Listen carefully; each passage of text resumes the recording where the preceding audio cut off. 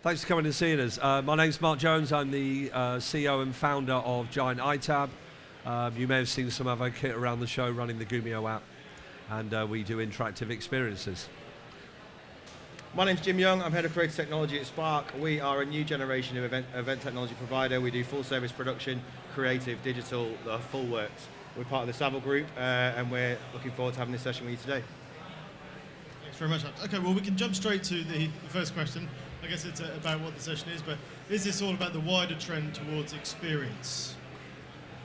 Okay. Shall I Go start if you want. Yeah. I mean, we're recognising with the events that we're involved in all over the world, there are certain patterns and similarities, and one of the ones that we're seeing very clearly is that events are becoming experiences. It's not just enough to put on an event. You really want to put on an event that delivers a great customer experience for the delegates, for the sponsors, for the speakers, for the exhibitors.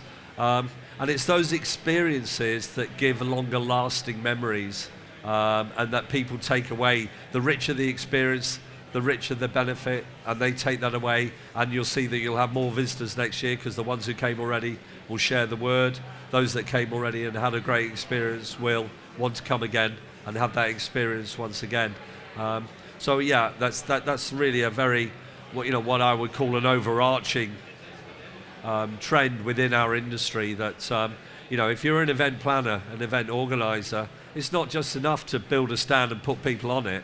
You already have to think about how you're going to create a great experience for the people who have taken time out to come and see you. And I'm sure my colleague next to me talking about production, every single element of their design will have that element built in. And when we launched Giant iTab years ago, we did it as a product, which was a giant smartphone. And that's now not a product anymore. When we're working with the likes of Facebook, and we're working with the likes of PwC and Nespresso in their stores, they're asking us to replicate that experience that everybody has on their smartphone. And it's that experience that we all love. That's why we're on our phones now even. So recreating that experience for us is a very simple formula, but we are recognizing that we are now becoming an experiential agency more than just a product supplier. I think that's the key thing really, and bringing up experiential early on in this session is very important. As the lines get blurred and the convergence between marketing, communications, events, experiences, and sort of event design come together, we are trying to leave an experience in the hearts of the people that are attending those events. Yeah. And even if that is something as simple as a conference, you want there to be an element that people take away with them. And I think as an AV provider as well, when you're a lot of our peers in the industry as well have very quickly got into the experiential side of things, because you have a skill in production, and then you can bring an experience to, whether that be an internal event or similar, because it's about leaving those memories through and having that stay with people, and obviously them sharing it on Instagram, and as soon as somebody shares it online, then it becomes an experience because it's externalized from that event. And I think that's key to the future of the innovation. Yeah, absolutely. I mean, if I can just roll on from there as well, in terms of the experience, we're working with MindLab, who are part of Sussex University, and we're working with their neuropsychology department, because we really want to understand human experience and particularly touch, and I can come on to that later if we have time. But for now, what we're also recognizing from the research that they're doing and the research that we're doing with them, that we all like to have a shared experience as well as just a single. I mean, people say to me, you created a giant smartphone. Why? And the simple answer to that is because it turns a single device into a group experience. It creates an environment in which people can share. I mean, for example, if any of you are horror film fans, I bet a lot of you go to the cinema to watch the film because you like that experience of watching it with a group of people. Look at the roller coaster rides. You see people going in droves to go and do it with their friends. You very rarely see people going on their own to a roller coaster ride. They like to share that experience and all scream together as you go round the bend. And that movement away from singular people to shared experiences, people feeling part of a collective, is also another significant trend. That is a really interesting point, though, because you can have an experiential environment where you are immersed and away from what's happening. So, like in an event like this, you can take somebody into a zone, with audio, video immersion. But the true experience comes when you experience that with others, and the shared experiential experience, which is, you know, it's a base thing, and to share that excitement with a human being. You know, like we've just done a project in the atrium of ASOS, inside their building. We've basically put a huge ASOS package. It looks like they've had a box delivered. Really? It's Okay. a huge LED cube. And basically it's all packaged up. It's even got a label on the roof. So it looks like they've just had a box delivered, but it's like, what is it, 10 meters by 20 meters long with complete LED inside. And basically everyone who works at ASOS is like, oh my God, we've got a package. And they walk inside, there's all the video stuff in there. And it's that, that's what they do every day, but you're giving them an experience that is similar to just their base level work, but it elevates it and they share it with their colleagues. And it's great for them, and they'll take that home and they'll tell their friends, and it's a talking point at dinner at the Sunday. Well, that's it. And you know, it resonates and rolls out. There's a ripple effect. You know, I mean, particularly in terms of we're all companies and we all work for. You know, we're all trying to push our name and our brand. You know, word of mouth is still an extremely important factor within the marketing. Yeah, and especially the fact that it doesn't have to be word of mouth between one person to another. You can share one picture so easily, and then all of a sudden it can pop off, and it's like, you know, if it wasn't on Instagram, did it even happen? You know? Yeah. You mentioned human and human behaviour, and that just reminds me of something else. You know, I mean, we are seeing a very clear polarisation within not just the industry but in the world, in which, you know, you get on a tube or a train and we're all completely immersed in our single mobile device, alien to everything that's going on around us. And the polar opposite of that is us and our industry and us here all being together, that need for human interaction and human engagement. So while you have on the one hand this completely immersive experience where I spend, if I had £1 for every time I told my kids to get off their bloody phone, you know, get off your phone, go and do something, go and play with your friends, go and do something different. So we as the industry, you know, and one of the reasons, you know, I mean, I think someone was telling me last night, we were having a drink with that, and they were saying something like the global events industry is going to be something like $1.2 trillion next year. 1.2 trillion. That's, you know, it's a growing business all over the world. It's a very massive growth sector. And the reason for that is while we're all polarized in part of our lives with these single devices, we all crave this need for human engagement and interaction. And the events industry is the perfect platform for that. And that's why I think we're all doing so well, and business It's almost is like booming. a golden oasis where you imagine that you're going to be there and you're going to interact with everybody, but then you still get to the point where everyone's just doing that. I mean, I guess that takes on to this question saying about, does some event technology get in the way of people interacting face to face? And it seriously can do. You know, sometimes the best event technology is no technology. It's our voice, it's our ears, it's how we interact with humans, you know. And I think to mix it up and to be creative with a proposal is to sometimes actually say, let's put these devices down, you know. Sometimes some people just see that as going backwards, but the most creative approach sometimes can be the simplest, or just doing something differently because it's expected that you're going to suggest to use a technology. Whereas actually to take time out of that, you know, digital wellness is a huge thing these days. Every device is having it baked in to tell you how long you've been using it for.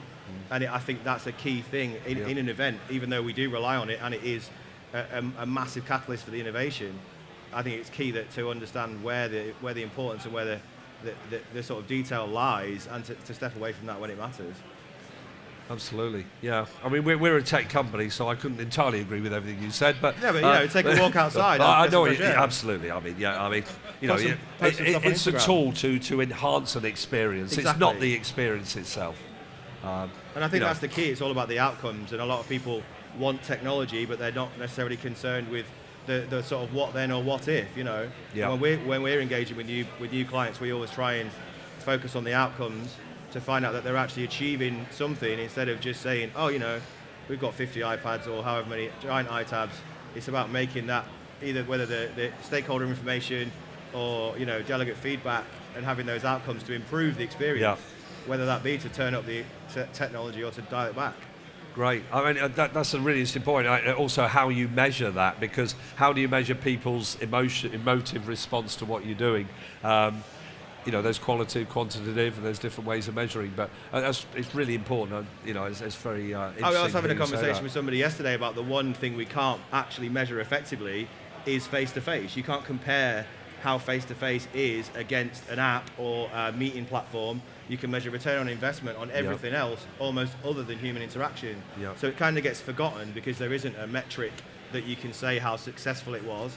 Like even if you No. have a system where the badge knows that we've been chatting to each other for 10 minutes, it doesn't know. We could have been stood next to each other arguing for 10 minutes. We could have. That could be the end of it. But I think it's that's what's the really interesting part at the moment is as everything converges in to become experiential. People don't want to feel like they are just a case of a data stream or a tick in a box. And when you start to get into the interesting levels of like adoption rate versus data capture, Yep. do you propose an app that has every single bit of information about a person, and they look at it once, and then they don't give you any more actual data to use past that point, or do you have an anonymous environment that somebody could nip into once, give you all the key metrics you want to find out, but yet you don't know who they are, and it's like playing those two off against each other. Yeah. Like, are you trying to increase activation figures, and to say that 25,000 people download this app, or are you using the app to then gather the information that you want to then to sort of power the next step? And when it comes to experiences, of course, it's not a binary answer. It's not a switch on, switch off, yes, no, black, white. You're taking that human element, and you have to, as a human being, in some way, be able to measure that without a piece of paper or a device that says tick that box, don't tick that box. Completely. And then the real challenge is designing those experiences for the next generation of attendees and delegates that are coming through. Whatever the next name's going to be, post-millennials, what is it that they're going to need? How are they going to want to react? Because we're coming to like meet people who have genuinely not used to making a phone call.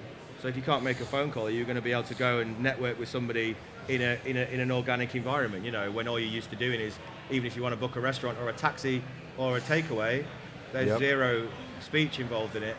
So then, the actual human interaction is almost completely lost then, and everything's within a technological wrapper, which is fantastic. I'm a massive advocate for all that. Well, I'm a bit old school. I like to speak to a person on the phone, I have to be honest. Well, if I'm ordering food, an app every time, or a taxi, like if you travel to another country and you can't speak the language, then that opens up everything. Absolutely. Yep. That brings a sort of an equalness to the playing field, because everybody can take part. And I think that's what it's about now, is ensuring that every age of delegate, whether 60 or 16, and trying to have all that knowledge together, that's really fun, designing systems that will be able to handle that and also generate an output that's useful for the people who are taking part.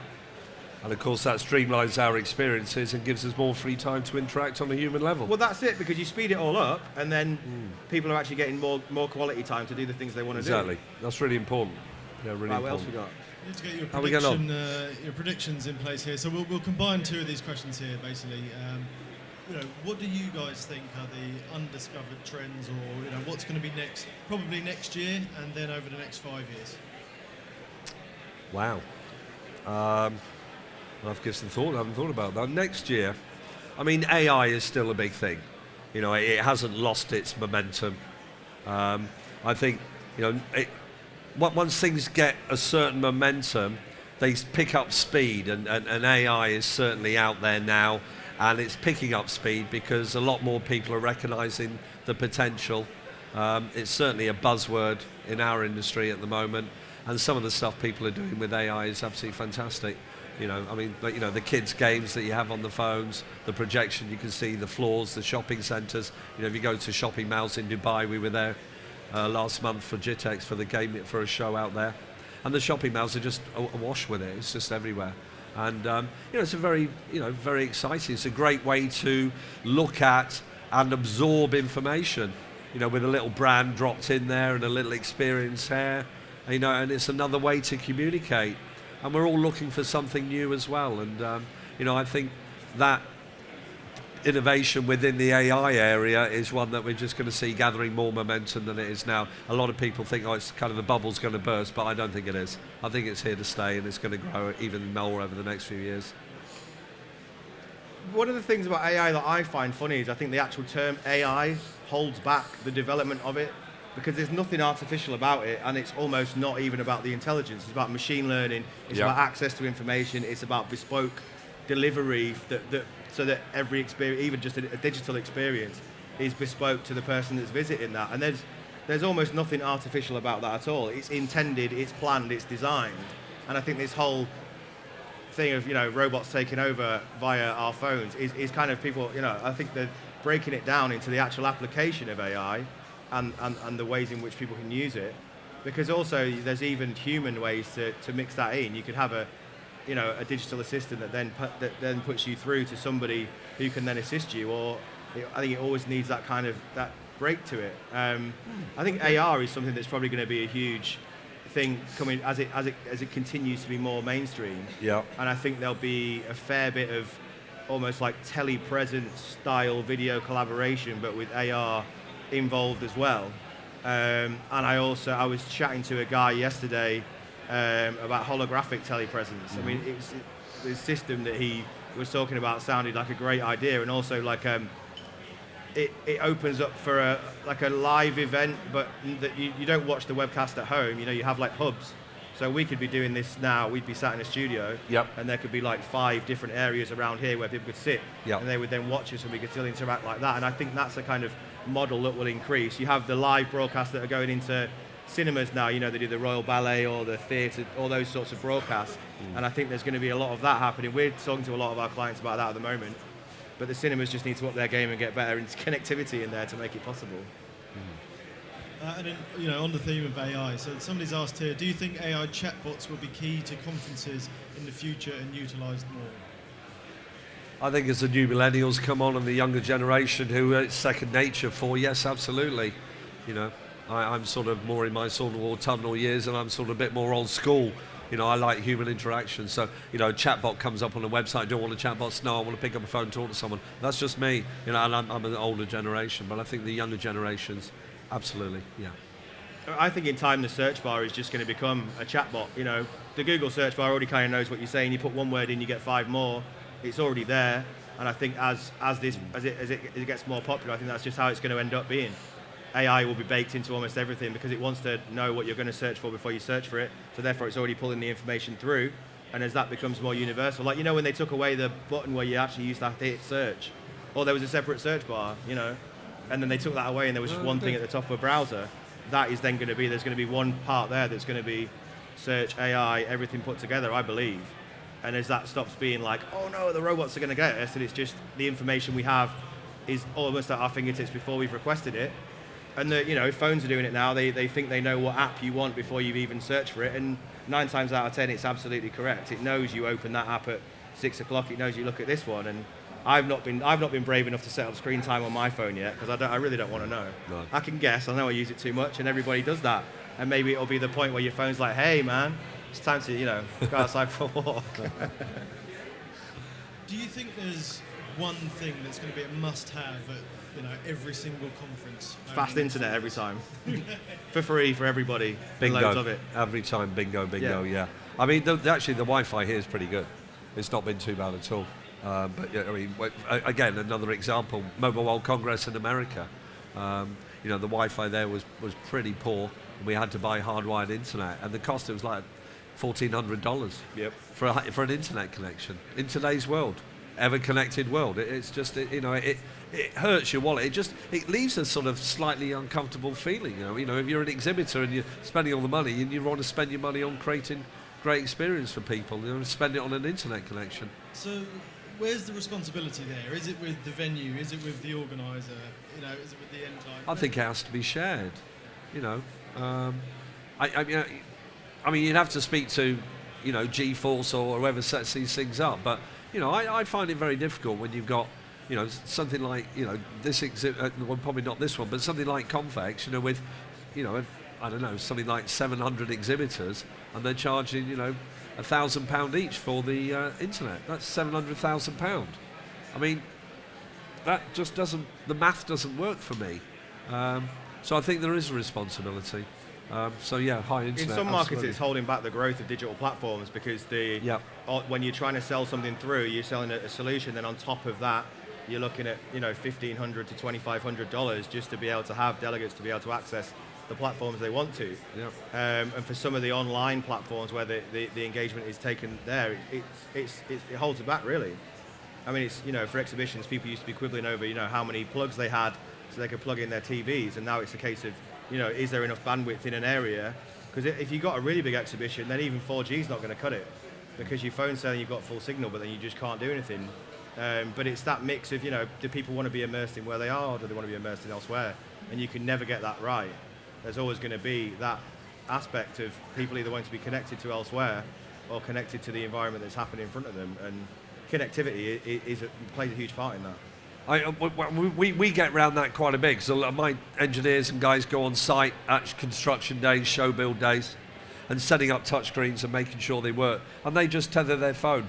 And now with the network providers, the 3Gs, the O2s, the 3s, now that the cost of actual data is dropping significantly, I mean, I think I get something like 40 meg per month just ready to use, very simply, very cheaply. So actually, instead of buying an internet connection hardwired, I'll just tether my phone and away we go. But the problem is then when I go for lunch or I have a meeting and I need my phone, so it's not, but there are, I think maybe it's not the venues and the organisers, maybe it's the network providers, who have to try and drive that so their network's available inside at a cheaper price. Okay, we've got one question that's just bubbled up to the top here. So, as an event manager, I struggle to push new technologies on limited budgets. What technologies do you have that are accessible to all? Well, obviously, I'm an advocate of touch and touchscreens because that's my business. Touchscreens now are a very simple, effective way. I was at the airport with my daughter a couple of weeks ago, and we're standing there. There was an old lady went up to one of the big screens, and she's touching it. And it's like, if it's not touch nowadays, people think it's broken. And that's a really important way for people to engage with information. Not just advertising, branding, signage, but actually, you can go on the touchscreens here and you can find out the exhibitors and the speakers, and you can dig deeper and find, and you're in control of searching for the information that you need. And the cost of touchscreens nowadays has dropped dramatically, and they're very, very reliable. And going back to our work with Mindland and Dr. Lewis in the neuropsychology labs, the aspect of touch, the sense of touch is a very, very important one. The actual skin on the body is the biggest human organ of all that we have, our skin. And our skin is covered in millions and millions of receptors, particularly at the end of our finger. So, don't underestimate the power of touch. When we read something or we see something or we hear something, our brain processes it. When we touch something, it's an instant processing. You feel that. It's a much quicker processing. So for me, touch is really a major experience that you can give people. You can give them information and you can give them the experience of touch as a combined solution. And it comes back to the beginning of this conversation here. We're about delivering experiences, not technology. And that for me, so touch is definitely top of the tree for me. I think when you're trying to, obviously in this budget-driven world, when you're trying to bring technology into an event, it's always really difficult because you kind of want to prove that it's necessary, but then the cost can be prohibitive. So we normally advise to do something quite simple to create a business case and to show that your attendees will actually take part anyway, because there's no point spending a fortune on something that people aren't going to use. So if you're trying to get some interaction involved, you can do something as simple as setting up a Gmail or a similar email account. You want Q&A for the day, get somebody to email in questions and then have somebody from your comms team sat there pasting them into slides, then you have a business case prove that people will interact on that level with you. And the next time you run your event, you can use maybe a free platform like Me Too, and then build up that. But it's about doing it bit by bit, because I know so many event managers that have pleaded and pleaded and pleaded to have that essential bit of budget to make something happen, and then lo and behold, their delegates have come along and not used it at all, and then therefore the powers that be are never going to sign off that budget again, because you can't prove that what you've done then goes through. Even the humble text message, forget smartphones, just do SMS. Get somebody who can copy and paste from if they've got a smartphone, they can copy and paste all those into, notes, anything simple like that, and you can gather all that together. Or even you want people to make some engaging content in a breakout session, you could use Instagram stories. You can get any content from anywhere across the web. You can get video, you can put it together, you can overlay text, which as a software would have cost you, £600. Even 36 months ago, you couldn't have done that. Now on a device, you can do that. Even even if you have to borrow 5 iPhones off people that work in the business, you get them to use those, you can do some creative stuff with it, and then you create the example that it's worthwhile, instead of throwing a load of money at something and then being concerned that you're not going to get the adoption. Because in this app saturated world, it's, regardless of getting the sign off, if everyone logs in, looks at the home screen and then goes, all right, okay, cool, and then closes it, then you could have printed that on a piece of paper and given it to them. And it's that application and adoption, and it's like the application of applications is what I call it. There's a certain time to use them, and then certain times you just really shouldn't.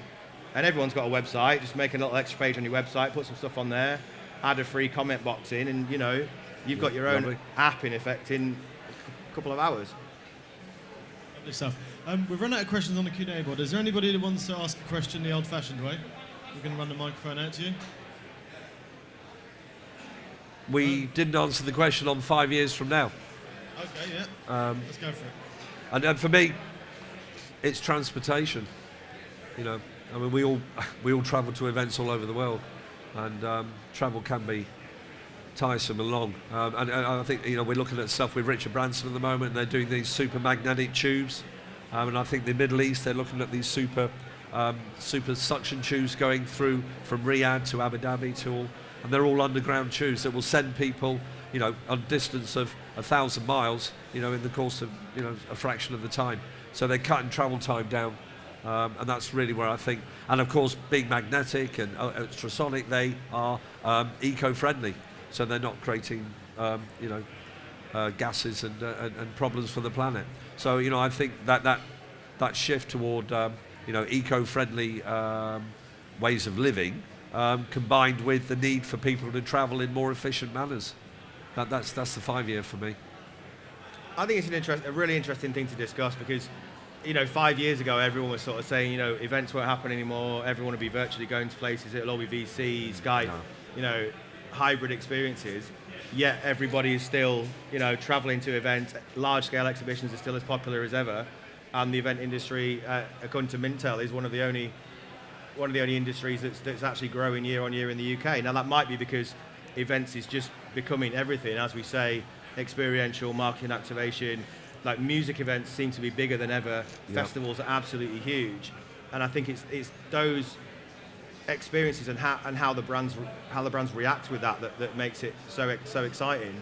And in 5 years' time, I mean, I've always thought there's going to be like a reversal on the technology aspect, and there'll be a bit of a sort of Puritan style response to things, but with still that basis of technology, because we're never going to lose the reliance on technology.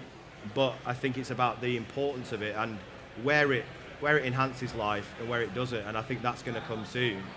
And I think events like this where people get together and the industry joins up and adds an extra element to it, and creates like a scene around it where companies partner up, education is shared, and I think it's fantastic that this is now CPD accredited as well. The event, to be able to come here and actually have official accreditation for coming and spending time here. I mean, to be a student and to come to an event like this and to be able to see a full cross section of what's happening and what all that everyone's up to, where the innovations are. I mean, it's an incredible resource, and I think the internet as a research tool is great, but you don't get to compare it all side by side, and no one's really come up with a online exhibition, as it were, because there's always an affiliation or like a bias towards a certain partnership that means you don't get all that mixed together.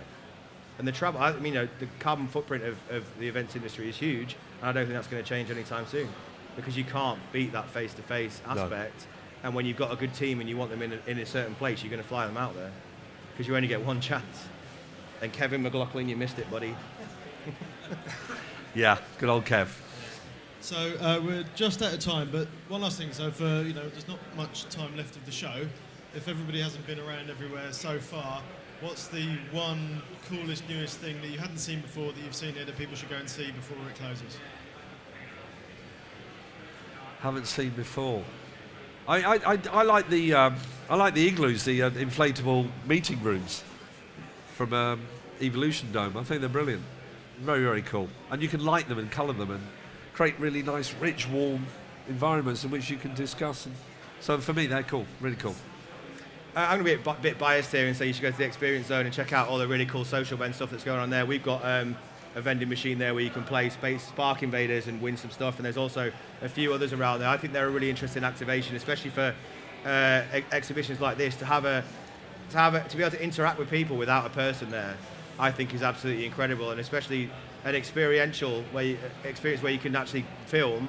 Like there's one round there that's got a camera on it, and it basically wants you to blow a kiss at it.